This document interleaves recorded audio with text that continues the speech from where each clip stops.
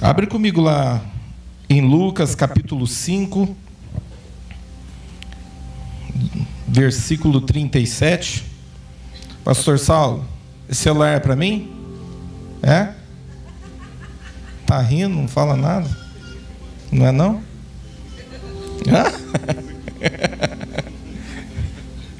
Toda semana fica um aqui. Lucas capítulo 5, versículo 37. Quem achou, fala amém. Vou pedir para o pessoal da mídia aí ficar rápido nos versículos. Eu vou colocar bastante. Então, qualquer coisa, vou repetir de novo para vocês estarem colocando aí. Lucas capítulo 5, versículo 37, diz assim: E ninguém ponha vinho novo em vasilhas de couro velhas, se o fizer, o vinho novo rebentará as vasilhas, se derramará e as vasilhas se estragarão. Pelo contrário, o vinho novo deve ser posto em vasilhas de couro novas. E ninguém, depois de beber o vinho velho, prefere o vinho novo, pois diz, o vinho velho é melhor. Amém? Curva sua cabeça, vamos fazer uma oração. Pai, em nome de Jesus, nós te louvamos, nós te damos graça, Pai, por essa noite, por esse privilégio, ó Deus, de estarmos aqui na Tua presença, enquanto existem lugares, ó Deus, onde, ó Pai, as pessoas, ó Pai, precisam se esconder para falar do Teu nome, para falar da Tua palavra. Nós temos esse privilégio de estar aqui, Senhor, ó Pai, nos reunidos, ó Pai, buscando a Tua presença. Muito obrigado, Senhor, ó Pai, por isso. E eu te peço, Espírito Santo, toca aos nossos corações, ministra em cada um de nós. Começa a falar para Ele, fala assim: Espírito Santo, toca no meu coração, fala comigo nessa noite. Pai, eu oro, Senhor, Pai, também repreendendo todo espírito de confusão na mente. Eu declaro em nome de Jesus que todos esses demônios estão amarrados agora, expulsos desse lugar agora em nome de Jesus. Eu libero uma palavra aqui, Senhor, Pai, em nome de Jesus, que essa semente vai dar fruto. Ó Pai, que vidas serão tocadas, serão transformadas. Começa primeiro por mim, Senhor. Toca nas nossas vidas, ó Pai. Derrama da Tua bênção, ó Deus. Derrama da Tua unção sobre nós, ó Pai. Em nome de Jesus. Amém? Irmãos, eu quis começar falando sobre esse versículo, porque ele começa dizendo que ninguém põe vinho novo em vasilhas de couro velha. Se você tem um pouco desse conhecimento a respeito disso, você vai entender que quando você coloca o vinho novo em um recipiente, né, numa vasilha, ou de repente até em algumas são feitas de couro, no processo de fermentação ali, ela pode estourar ou pode romper. O que ele está querendo nos dizer aqui é que existe um novo de Deus para as nossas vidas. Amém? Existe um novo de Deus para cada um de nós. Pode deixar aqui, viu? Pode ficar à vontade. Se vocês olharem para mim e não ficar para ele, pode deixar. Ele já recebe a unção junto aqui. Existe um processo de Deus para as nossas vidas, e Deus, ele sempre derrama algo novo para cada um de nós. Mas quando ele fala de vasilhas, ele está falando de estruturas aqui. E as estruturas aqui, ele começa falando do nosso emocional, ele vai falando da nossa mentalidade, ele vai falando da nossa forma de ver as coisas. E a maneira que você vê as coisas de Deus pode impedir de você deixar de receber o vinho novo sobre as nossas vidas. Então, quando nós passamos a olhar a respeito de estrutura, você pode colocar a tua vida emocional. Eu gosto muito de estar sempre conversando com o Lucas, gosto muito de psicologia. Eu lembro de um livro que eu li que falava que Jesus foi o melhor psicólogo que existiu, e ele fez isso com todos os discípulos, ele trabalhou com eles, ele sabia como falar com cada um, ele sabia como ser mais firme com um, como ser mais carinhoso com o outro, como entrar em algumas áreas de alguns discípulos. Então Jesus, ele sabia como fazer isso. E mais do que saber como fazer isso, porque existem técnicas que você pode estudar para fazer isso, nós temos o Espírito Santo para nos instruir, para nos capacitar, para ter o discernimento de espírito para poder fazer esse tipo de coisa. Então o Espírito Santo, ele sempre tem algo novo sobre as nossas vidas, e às vezes ele vai tocar nas nossas estruturas, ele vai tocar em áreas da tua vida que de repente para você está resolvido, mas que de repente você colocou uma pedra sobre essa situação e você aprendeu a sobreviver, sendo forte, guerreando, lutando com a vida, e aprendeu a vencer desse jeito. Eu conheço muitas pessoas que colocaram uma pedra sobre uma situação de um trauma do passado ou algo do tipo e aprendeu a ser forte. Só que uma hora a conta chega. Por quê? Porque o problema ainda está ali, está escondido. Mesmo que você colocou uma grande pedra sobre aquilo, a situação ainda está lá. E uma hora ela vai aparecer. E ela vai aparecer no momento que você pode estar frágil, que você possa estar passando por uma situação difícil da tua vida. Ela vai aparecer e ela vai gritar com muita força. E se você não tiver domínio sobre a situação vai ter domínio sobre você. Existe o outro lado também, da pessoa que não tem essa estrutura emocional para colocar essa pedra sobre essa situação. Então ela é sempre uma pessoa deprimida, sempre é uma pessoa que de repente ela junta muitas coisas no seu coração, ela guarda muito rancor, ela não tem facilidade de perdoar, ela não consegue desenvolver esse lado emocional dela. Por quê? Porque a situação está tendo domínio sobre ela. Então quando nós falamos de recipiente, e ele está dizendo que isso precisa ser novo, precisa ser renovado, quando o vinho novo ele vem, é porque o Senhor ele tem algo para nós. E a partir do momento que ele tem algo novo para nós, ele está sendo claro desse jeito. Você não vai conseguir estar dentro da igreja tendo a sua vida da mesma maneira que você tinha no mundo. E quando eu sugiro mundo aqui, estou falando de mundo, eu estou falando de tudo aquilo que você fazia que contrariava a palavra de Deus, que contrariava os princípios de Deus. Não vai encaixar uma coisa com a outra. Você não vai conseguir servir a Deus amando o mundo. E a Bíblia deixa claro sobre isso, que aquele que ama o mundo não ama a Deus. Ele é muito claro sobre isso. Você não pode servir a dois senhores, ou há de amar a um e odiar o outro. Então, de alguma maneira, nós precisamos nos conectarmos à palavra de Deus. Nós precisamos conhecer sobre a palavra de Deus. E quando fala de que a palavra de Deus é uma espada de dois gumes, ela está dizendo que ela não é um machado, porque o machado só tem um corte, você bate e vai cortando. Ele está dizendo que pode ser qualquer outra ferramenta, mas quando ele fala de espada, ele está falando que numa batalha é mais fácil, porque você pode bater para baixo, para cima, para um lado e para o outro, ela tem dois cortes. Você vai conseguir perfurar mais fácil.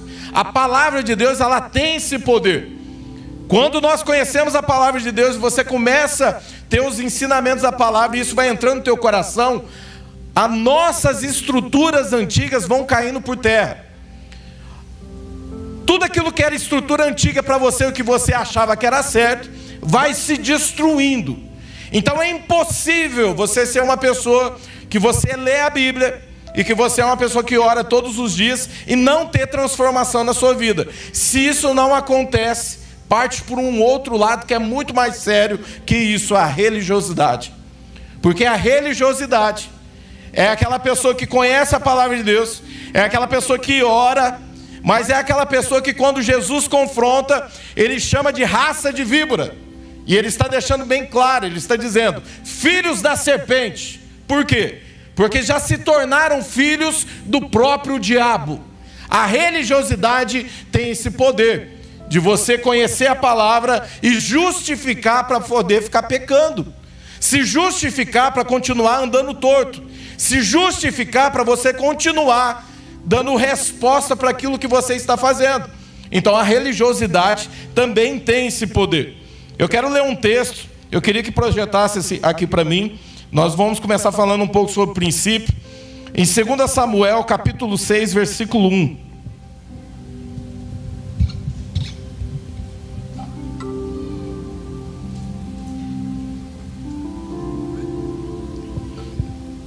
Eu quero começar usando esse exemplo. 2 Samuel, capítulo 6, versículo 1. Qualquer coisa acompanha aqui no telão. De novo, Davi reuniu os melhores guerreiros de Israel, 30.000 ao todo. E ele e todos os que acompanhavam partiram para Baalim, em Judá, para buscar a arca de Deus. A arca sobre o qual é invocado o nome do Senhor dos Exércitos, entronizado entre os querubins acima dela. Puseram a arca de Deus num carroção novo e a levaram da casa de Abinadab na colina. Uzai e Aiô, filhos de Abinadab, conduziam o carroção com a arca de Deus. Aiô andava na frente dela. Davi e todos os israelitas iam cantando e dançando perante o Senhor, ao som de todo tipo de instrumentos de pinho, harpas, liras, tamborins, chocalhos e símbolos. Quando chegaram à eira de Nacon, Uzai esticou o braço e segurou a arca de Deus, porque os bois haviam tropeçado. A ira do Senhor se acendeu contra Uzá. Vou repetir. A ira do Senhor se acendeu contra Uzá, por seu ato de irreverência. Por isso Deus o feriu e ele morreu ali mesmo, ao lado da arca de Deus. Davi ficou contrariado porque o Senhor, em sua ira, havia fulminado Uzá. Até hoje aquele lugar é chamado Pérez Uzá. Naquele dia Davi teve medo do Senhor e perguntou: como vou conseguir levar a arca do Senhor? Amém? Eu quero começar usando esse texto, e uma das coisas que o Espírito Santo colocou no meu coração a respeito desse texto: nós não carregamos a presença de Deus de qualquer maneira. Você não pode conduzir a presença de Deus de qualquer forma. A presença de Deus é nela que se habita a unção e o poder. E nós precisamos dessa unção e poder para que todas as coisas possam romper nas nossas vidas. Mas primeiro eu preciso que você entenda o contexto. Fala assim: pastor, que história é essa? Eles estão carregando a presença de Deus. A Bíblia fala assim que Davi, ele foi com todo um exército. A arca do Senhor tinha sido roubada pelos filisteus. Os filisteus foram, guerrearam nos tempos de Eli e seus filhos, e guerrearam e tomaram a arca do Senhor de dentro de Israel. E a Bíblia fala que eles levaram em cima de um carroção. Eles levaram para dentro das cidades deles. Existem toda uma história através disso. A arca ficou lá por um tempo. Só que a Bíblia fala assim que começou a ter muitas pragas sobre essa cidade. Por quê? Porque eles adoravam a outros ídolos. A Bíblia fala também que a arca do Senhor era colocada dentro do templo de Dagon. E certa vez ela foi colocada, e quando eles chegavam, esse Deus, essa estátua de Dagon, tinha caído de frente com a arca. E outro lado ali depois vai falar que ela até se quebrou, porque ela se prostrou diante da presença de Deus, mostrando que não existe nenhum outro Deus além do nosso que nós servimos, nenhum outro ídolo maior do que o nosso. Mas Deus é soberano e está acima de todas as coisas. Muitas coisas começam a acontecer, muitas pragas começam ali. E o interessante, que a Bíblia fala assim que eles vão tomar entre os chefes ali, os médios, uma forma de como poder cessar isso. E eles dizem o seguinte: para nós sabermos se é os Deus do povo de Israel que está nos punindo, pegue uma vaca que ela está amamentando, porque a vaca não deixa ali, né, a vaquinha ali, né, o bezerrinho, e coloque um carro de boi e coloque a arca em cima. Se ela começar a pegar o trilho e sair daqui de dentro, é porque o Senhor está no controle, é Ele que está fazendo tudo isso. E o interessante é que a Bíblia fala assim que eles fazem isso e colocam a arca, e as vacas vão mugindo e sofrendo porque estão deixando seus bezerrinhos, mas elas sofrem, e até os animais, para cumprir a vontade de Deus, estão sofrendo e carregando a presença de Deus novamente para dentro de Israel. A Bíblia fala assim que essa arca chega até a casa de Abinadab, e ela fica ali. Ela fica ali por 20 anos, até que Davi ele olha e fala assim: vamos buscar a presença de Deus novamente para dentro de Israel. Só que acontecem algumas coisas, e isso, irmãos, acaba sendo fatalidade. Por quê? Porque dentro de toda aquela alegria, dentro de toda aquela intenção boa, que era carregar a presença de Deus novamente para dentro de Israel, a Bíblia fala assim que eles estão carregando em cima de um carroção. ela passa, elas trupicam, né, as vacas, a arca vai escorregar e vai cair, e um deles vai e coloca a sua mão, e nesse mesmo momento, a Bíblia deixa claro que a ira do Senhor se acendeu contra aquele homem, pela irreverência dele, e ele foi morto ali. Davi fica contrariado com isso e fala: como assim? E a Bíblia fala assim que a arca fica em uma casa por 3 meses, até que Davi vai saber o porquê que esse homem morreu. O que aconteceu de errado para esse homem morrer? E aí eles vão aprender, e a palavra de Deus nos ensina sobre isso. Não precisa abrir, mas Romanos 6,17 diz assim: mas a graça de Deus, porque embora vocês tenham sido escravos do pecado, passaram a obedecer de coração a forma de ensino. Passaram a obedecer a forma de ensino que lhe foi transmitida. O Senhor está nos ensinando aqui, através desse versículo, que a partir do momento que você vivia uma vida sem Deus, sem saber que Deus ama todas as coisas, que Deus ama o teu pecado, que Deus, Ele não aceita tudo, que mesmo que Deus é amor, Deus também é justiça, que quando você é ensinado, a palavra de Deus entra no teu coração, e você obedecendo ela, você passa a ter uma vida com Deus. A Bíblia fala assim em 1 Crônicas 15:14, que havia uma forma de carregar a Arca da Aliança. Então os sacerdotes e os levitas se consagraram. Primeiro passo, fizeram o quê? Repete comigo: se consagraram. Ninguém carrega a presença de Deus de qualquer maneira. Você precisa se consagrar. O que é consagração? Consagração é eu apresentar o meu corpo todo dia como sacrifício vivo. É eu analisar o meu coração todos os dias. A Bíblia fala assim que Jesus, ele vem como um ladrão da noite.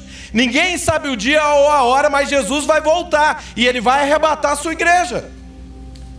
E essa igreja, ela precisa estar pronta. Se há um alerta que a igreja tem que estar pronta, existem pessoas que não estarão prontos. Existem pessoas que não estão vigiando seu coração, a intenção do teu coração. Existem pessoas que não estão fazendo da maneira correta. Existem pessoas que conhecem a palavra de Deus, mas estão brincando com o pecado. E quando eu falo da volta de Jesus, eu posso citar também a questão da morte de uma pessoa. Quem é que pode dizer que tem mais o poder de 1 hora de vida? Quem é esse louco ou esse insensato que pode levantar a mão aqui e dizer: eu sim tenho mais 1 hora de vida? Irmãos, ninguém sabe o dia de amanhã. Você não sabe como vai ser a sua vida. A Bíblia fala assim que tudo já está escrito. A Bíblia fala assim que não cai um fio de cabelo da tua cabeça sem que Deus permita. Deus está no controle de tudo. Quem é insensato para poder dizer que amanhã vai estar bem? Por isso que Ele nos ensina que nós devemos vigiar. Então, se consagrar para carregar a presença de Deus, Ele está nos ensinando que eu preciso levar a minha vida todo dia para o altar. Eu preciso levar meu coração todos os dias para o altar. A palavra de Deus nos ensina isso na Santa Ceia. Eu não posso virar para o Anderson e falar assim: ó, Anderson, eu estou sentindo aqui que você não pode tomar a Santa Ceia, porque a palavra de Deus nos ensina que ele tem que analisar o coração dele. Eu tenho que analisar o meu coração. Cada um de nós tem que analisar o nosso coração.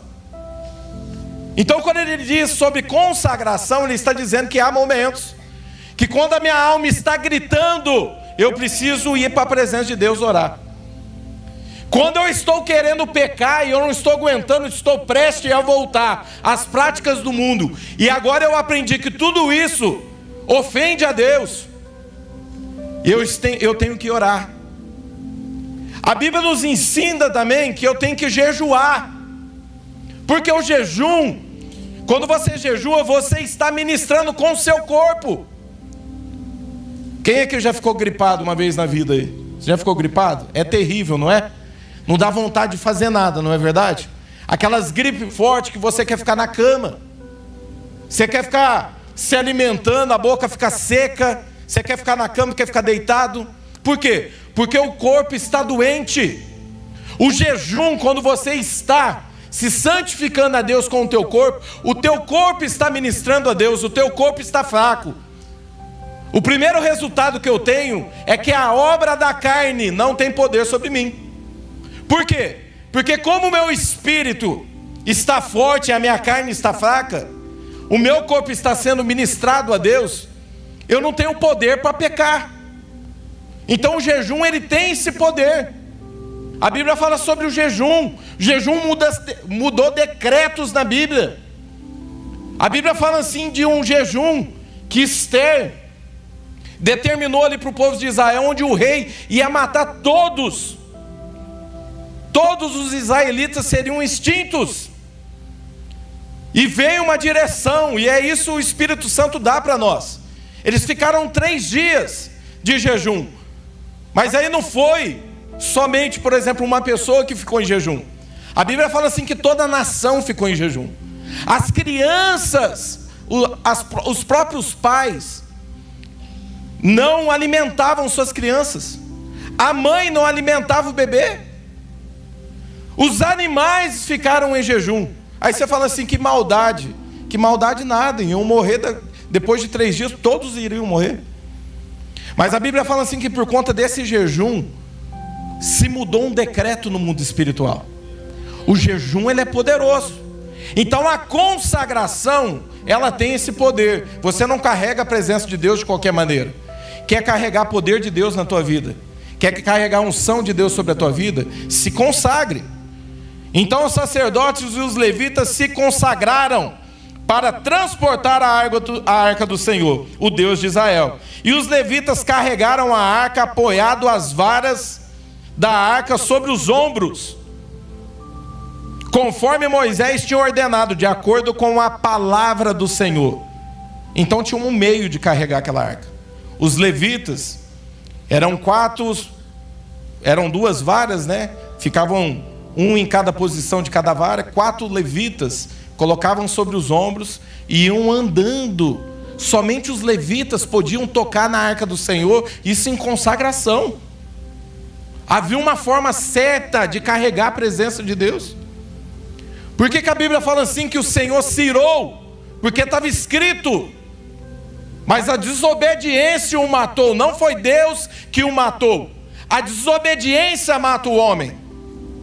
A palavra de Deus, ela não vem para nos punir. A palavra de Deus, ela vem para nos proteger. O Saulo falou aqui sobre a questão. Nós temos uma mentalidade estranha a respeito de Deus. O Saulo falou a questão aqui, eu sinto isso no meu espírito também, Saulo. Que vai chegar horas que a igreja, ela vai começar a se posicionar e vai começar a se abrir para começar a ofertar na vida da obra de Deus, das pessoas.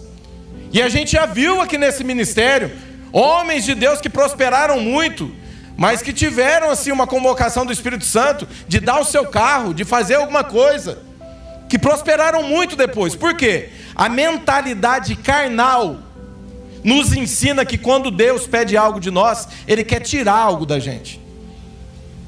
A mentalidade de Deus é que quando Ele pede algo de você, Ele quer nos abençoar. Vocês entenderam a diferença?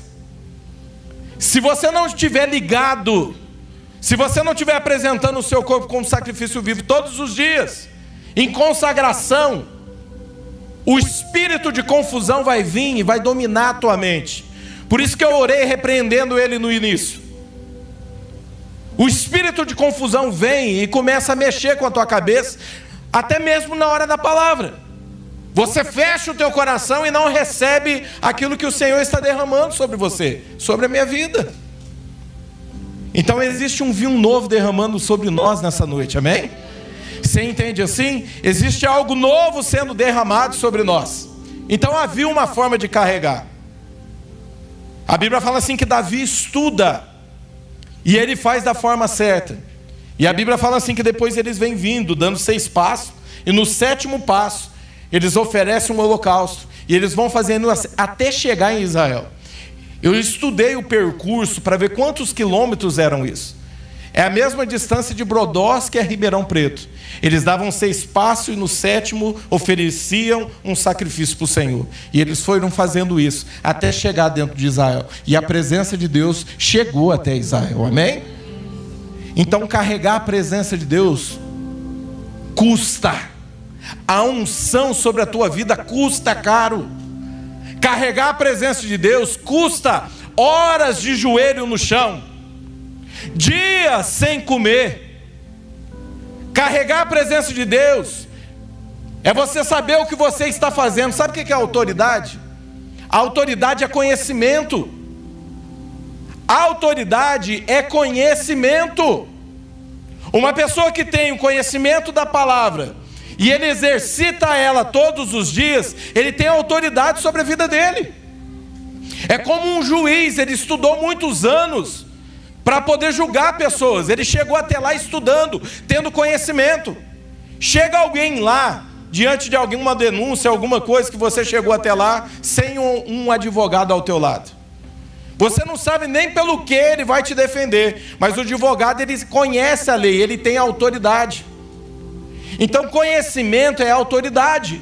Quer ter autoridade na tua vida? Saiba o que você está fazendo. Fala para o irmão que está do teu lado, fala assim, ó, para de justificar tudo na tua vida. Mas a Bíblia fala também, irmãos, em 1 Samuel 2,12, vamos lá. 1 Samuel 2,12. A palavra de Deus vai nos ensinar sobre Ofni e Finéias. E esses eram sacerdotes, filhos de Eli. E a Bíblia fala assim que esses homens erraram muito na presença de Deus. E eu quero levantar uma questão através dessa passagem. 1 Samuel 2,12. Os filhos de Eli eram ímpios. Eu quero que você crave isso aqui na sua mente. Os filhos de Eli eram o quê? Vou falar de novo. Os filhos de Eli eram o quê? Agora vamos lá. Como é que alguém serve a Deus sendo ímpio? Tem como alguém servir a Deus sendo ímpio? Quando a palavra de Deus nos ensina a respeito de ser uma pessoa que é ímpia, é uma pessoa que não conhece a Deus. É uma pessoa que não conhece a palavra de Deus. Para ela, o errado é somente matar, roubar. Ah, eu nunca fiz nada de errado. Quem já não escutou isso? Eu nunca matei, nunca roubei. É ímpio. O ímpio, o fato dele só crer em Deus, não dá salvação para ele. O ímpio, o fato dele acreditar em Jesus, não dá salvação para ele. Por quê? Porque ele continua na prática do mundo, no pecado.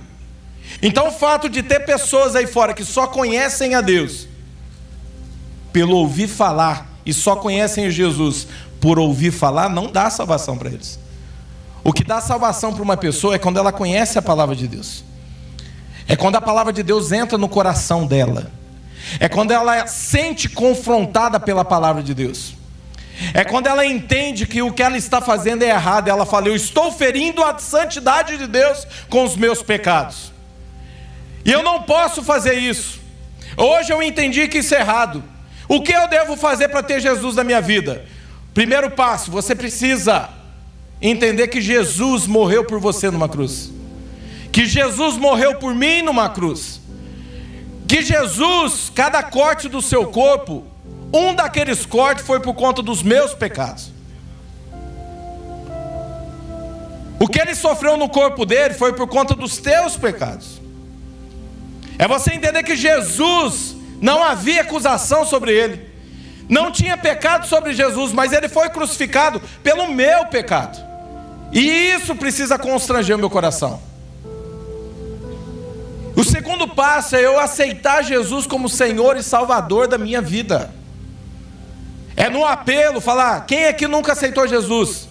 Pastor Rubens falou sobre isso no domingo. Uma palavra forte. E no final, quando nós fizemos o apelo, quase 20 pessoas, ou até mais de 20 pessoas, vieram para frente. Porque entenderam que o fato que só crê em Jesus e continuar pecando, só crê em Deus e continuar pecando, não trazia salvação. Mas entregar a sua vida para Jesus, isso faz toda a diferença na minha vida e na tua vida. E quando eu entrego a minha vida para Jesus, eu estou dizendo o seguinte: agora não sou eu mais que vivo, mas o Senhor vive em mim. E Ele me ensina o seguinte, que quando eu carrego a Jesus, as pessoas precisam olhar para mim e ver as atitudes de Jesus. Quando as pessoas olham para mim, precisa saber que o abraço que eu vou dar nela, que é o que a Patrícia testemunhou aqui, pode curar a vida de uma pessoa. A oração dessa pessoa pode fazer o efeito no coração dela. E eu entendo também que quando Cristo está em mim, eu não posso pecar, porque Ele não tinha pecado. Eu não posso ser refém do pecado. Eu não posso esconder a Deus com o meu coração. Porque a intenção do coração, às vezes, é pior do que um pecado de uma pessoa. Você fala, pastor, me explica isso melhor. A Bíblia deixa claro sobre as 6 coisas que Deus abomina e a 7ª Deus detesta. Uma delas é os olhos altivos. É a intenção do coração, eu olhar para alguém e achar que eu sou melhor que ela. Intenção do coração. A intenção do coração pode levar a pessoa para o inferno. A forma que ela leva a sua vida e esconde as coisas pode levar ela para o inferno. Os filhos de Eli eram ímpios, não se importavam com o Senhor, nem cumpriam os deveres de sacerdote para com o povo. Sempre que alguém oferecia sacrifício, o auxiliar do sacerdote vinha com um garfo de 3 dentes. O 17. O pecado desses jovens eram muito grande à vista do Senhor, pois eles estavam tratando com desprezo a oferta do Senhor. Mexiam nas coisas do Senhor. O 22. Eli, já bem idoso, ficou sabendo de tudo que os seus filhos faziam a todo Israel, e que eles se deitavam com as mulheres que serviam à entrada da tenda do encontro. Esses homens dormiam com mulheres em volta do templo. Esses homens mexiam nas ofertas que o povo levava para o templo. A Bíblia chama eles de ímpios. Em outras traduções fala, os filhos de Belial, filhos do próprio diabo. O Senhor está deixando claro a respeito também da omissão de Eli. A omissão de Eli deixou que os filhos dele estivessem ali fazendo tudo isso. Agora eu pergunto para vocês, se algo tão pequeno, vou usar o termo pequeno aqui, viu, pessoal? Mas para vocês entenderem o que eu quero dizer. Através de um toque na arca, matou alguém. Por que os pecados desse homem? Eles ficaram muito tempo mexendo nas ofertas. Eles ficaram muito tempo dormindo com as mulheres, fazendo coisas erradas, com a intenção do coração errado. O Senhor permitiu que eles pecassem tanto. A Bíblia nos ensina que a omissão de Eli, o fato de o pai, o sacerdote, não ensinar os seus filhos a respeito dos mandamentos do Senhor, não fez que somente, você vai entender que no final, toda a sua família fosse exterminada, mas um povo também fosse massacrado. Porque a arca do Senhor é roubada nesse tempo aqui. A arca do Senhor era roubada neste tempo. A Bíblia fala, continua dizendo lá no 2:27. Isso é a palavra do Senhor agora.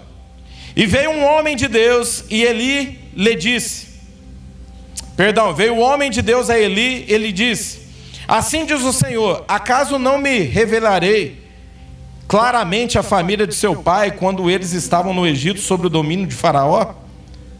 Lá no 29 diz assim, porque vocês zombam do meu sacrifício e de minha oferta que determinei a minha habitação?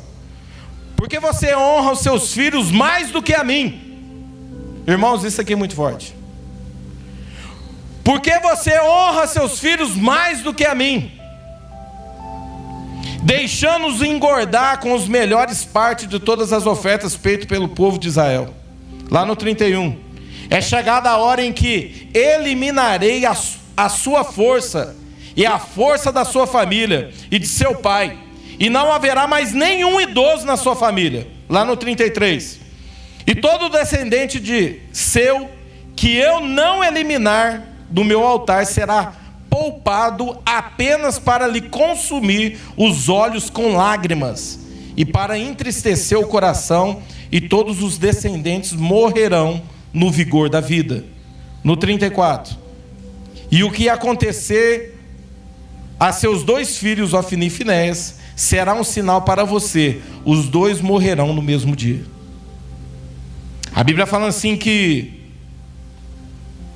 acontece, os filisteus vêm atacar, o povo de Deus sai, eles sempre prevaleciam, o povo de Deus começa a não prevalecer, muitos começam a morrer do exército, mandam chamar os 2 sacerdotes, e eles vêm com a arca da aliança, e chegam no meio do arraial. A Bíblia fala assim que eles começam a gritar e a bradar. Toda vez na história que isso aconteceu, a presença de Deus se manifestava no meio do arraial. Havia força e poder para prevalecer contra os inimigos. A Bíblia fala assim que os filisteus vêm, arrumam uma ousadia onde não tem. Eles vêm, matam todos. Os 2 filhos de Eli morrem. Eles roubam a arca da aliança e levam embora. Um dos seus soldados foge e vem contar para o pai o que aconteceu. Eli já estava gordo e cego, cai de costa, quebra o pescoço e morre. A mulher de Finéias começa a entrar em trabalho de parto. Ela morre. O filho fica, e o nome do filho vem com o nome de Icabó. Perdão, eu não lembro agora se a mulher morreu. Mas o filho nasce com o nome de Icabode. O significado de Icabode: a glória se foi de Israel. Eu pergunto para você, qual que é o legado que você está deixando para os teus discípulos como líder, para a sua família como alguém da família, para os teus filhos como mãe, como pai? Qual que é o legado que você tem deixado para eles? O legado de Eli foi o extermínio total, porque Deus não permitiu. A Bíblia fala que em Levítico 10:1, que Nadab e Abiú, filhos de Araão, pegaram cada um o seu incensário, nos quais acenderam fogo, acrescentaram incenso e trouxeram fogo profano perante ao Senhor, sem que tivessem sido autorizados. Esses eram filhos de Araão. Já num outro tempo, Moisés era o líder. Aqui a palavra de Deus era clara. Os líderes ensinavam a palavra. Esses líderes tinham intimidade com Deus, falavam com o próprio Deus. E a Bíblia fala que eles entraram com fogo estranho. Então saiu fogo da presença do Senhor e os consumiu. Morreram perante o Senhor. Então Moisés disse a Araão e aos seus filhos, Eleazar e Itamar: não andem descabelados, nem rasguem as roupas em sinal de luto. Irmãos, olha isso aqui como é forte. Senão vocês morrerão e a ira do Senhor cairá sobre toda a comunidade. Mas os seus parentes e toda a nação de Israel poderão chorar por aqueles que o Senhor destruiu pelo fogo. Depois o Senhor disse a Araão: você e seus filhos não devem beber vinho, nem outra bebida fermentada, antes de entrar na tenda do encontro, senão vocês morrerão. E é um decreto perpétuo para as suas gerações. Vocês têm que fazer separação entre o santo e o profano, entre o puro e o impuro. Sabe o que o Senhor está nos ensinando nessa passagem? Havia um fogo que ficava aceso dentro do átrio. Quando eles entravam diante de uma ordenança e eles iam levar incenso, eles tinham que pegar daquele fogo ali, acender a tocha e entrar para poder acender o incensário. Mas a Bíblia fala assim que eles estavam bêbados. E aqui o bêbado é aquele que pode ter religiosidade no seu coração. É aquele que acha que Deus permite tudo. É aquele que toca a sua vida de qualquer maneira e acha que a palavra de Deus é para o teu próximo, mas não para você. Aqui carregar fogo estranho pode ser para qualquer um que conhece a palavra de Deus, mas continua fazendo tudo errado. Só que a Bíblia fala assim que o Senhor foi severo aqui também, assim como aquele que tocou na arca. Por quê? Porque aqui haviam homens de Deus, e havia uma unção sobre eles. Uma coisa eu vou falar para vocês: tome muito cuidado na unção que você toca. Você, como mulher de Deus ou homem de Deus, toma muito cuidado na onde você toca. Eu conheço o meu pastor, eu conheço o quanto ele é íntegro. Faz quase 20 anos que eu estou com ele. Um homem íntegro de coração. Todo mundo que se levantou em rebelião, ou levantava pessoas e ia de alguma maneira ofendê-lo, ou aconteceu situações dentro da igreja, eu não vi o meu pastor se justificar, eu não vi o meu pastor ficar atacando, eu vi o meu pastor orando, e muitas vezes eu peguei ele chorando. Mas o fato de tocar na unção desse homem fez que muitos caíssem. Você consegue reconhecer a unção que está sobre a pessoa do teu lado? A unção que está sobre esse ministério? Você consegue reconhecer a unção que está sobre esse altar? Porque existem pastores aqui, são jovens, que jejuam quase a semana inteira, ficam sem comer para a presença de Deus sair daqui e tocar na vida de pessoas aí embaixo. Eu tenho muito temor de subir aqui em cima, porque existe uma unção aqui, que está respaldado sobre esse ministério, sobre o meu pastor e sobre os pastores dessa casa. Você consegue olhar e entender que existe uma unção sobre esse ministério?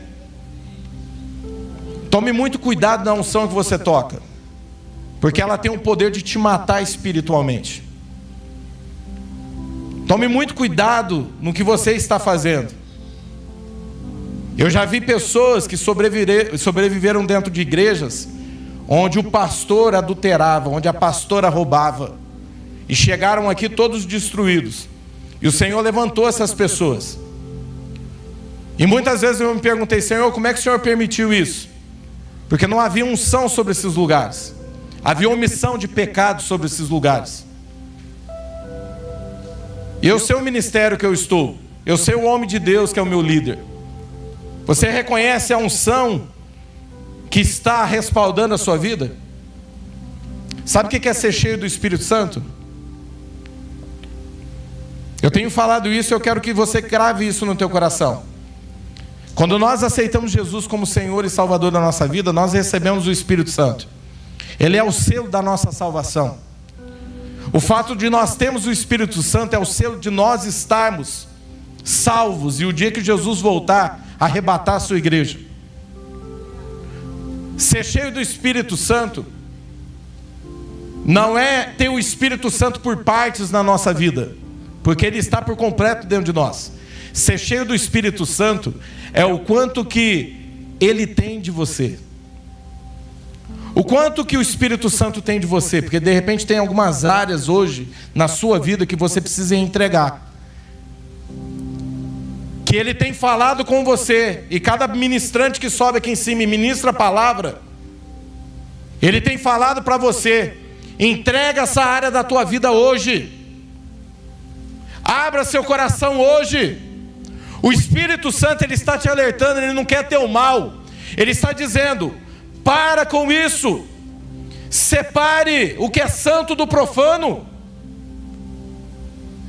As duas coisas não se misturam.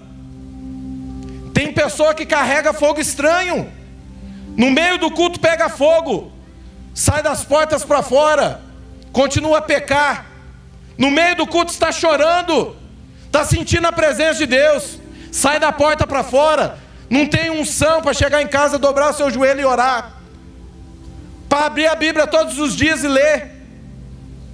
Que fogo estranho que é esse? Que não queima, que não produz, que não purifica. Mas o fogo do Espírito Santo, ele purifica. O arrependimento tem o poder de acender a chama nos nossos corações, de purificar nós, cada um de nós por dentro, e trazer mudança na nossa vida. Você fala: pastor, tudo que você pregou é da lei, é do Velho Testamento. A intenção errada de Ananias e Safira levou eles à morte no Velho Testamento, porque eles venderam parte de um terreno e omitiram, e combinaram entre si: que aquilo que eles tinham feito era tudo. E Pedro vem com uma palavra de conhecimento e chama cada um deles e fala: por que vocês estão mentindo contra o Espírito Santo? Por que vocês estão mentindo contra Ele? Vocês acham mesmo que pode esconder alguma coisa de Deus? Será que a religiosidade já não entrou na nossa mente? Será que a estrutura não precisa ser renovada para que o vinho novo entre? A palavra de Deus nos ensina sobre um leproso que necessitava de cura. E ele sabia que somente aquele que poderia curá-lo era Jesus. E ele pede para ser curado e Jesus vai e toca nele. Irmãos, isso me ensina muita coisa. Isso me ensina que quando há uma intenção no coração boa, correta, de um coração puro que busca a Deus, que quer mudança, que você pode chegar com os teus pecados, que não é o teu pecado que vai contaminar Jesus, é a santidade dele que vai te transformar. O toque dele, a presença dele vai te mudar. Eu queria que você ficasse de pé. O louvor não precisa subir, não.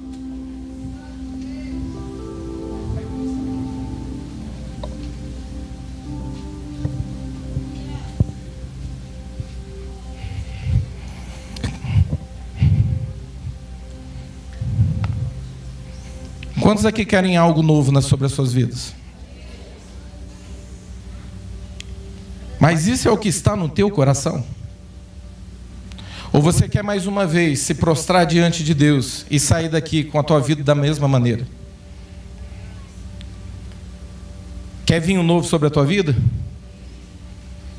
Vai ser mais uma hora que você chora e quando você sai da porta para fora continua fazendo coisas erradas?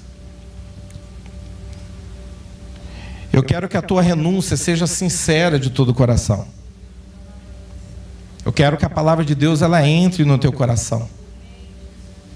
E que haja renúncia dentro de você. Que haja mudança.